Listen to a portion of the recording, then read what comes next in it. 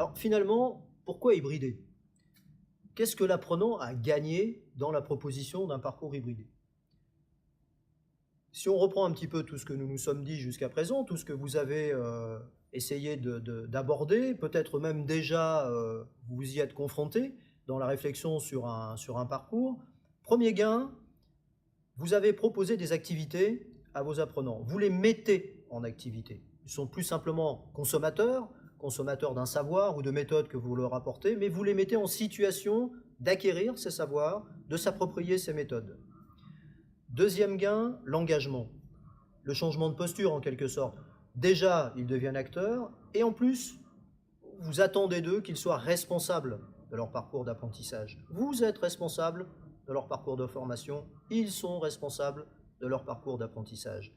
À partir du moment où le temps de la formation, on l'a vu, les temps de formation et les espaces de formation s'étendent, sont beaucoup plus variés, l'apprenant a la responsabilité d'investir ces temps et ces espaces différents quand il le peut, quand il le veut, à la manière dont il le souhaite, évidemment dans le cadre que vous posez. Engagement, responsabilité et donc reddition de comptes. Il a des comptes à rendre qui ne sont pas simplement un résultat à une évaluation.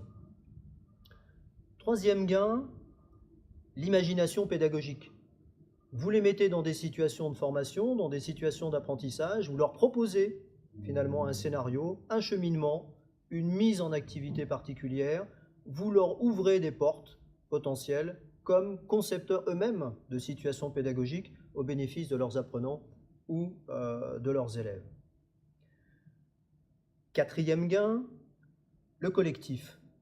Le collectif d'abord au travers des activités que vous leur proposez naturellement, mais aussi au travers plus globalement du cadre que vous leur proposez et des outils qui sont mis à leur disposition et qu'ils ont eux-mêmes d'ailleurs, par ailleurs. Ils sont utilisateurs pour la plupart d'entre eux d'outils d'échange, de communication, ils sont sur les réseaux sociaux.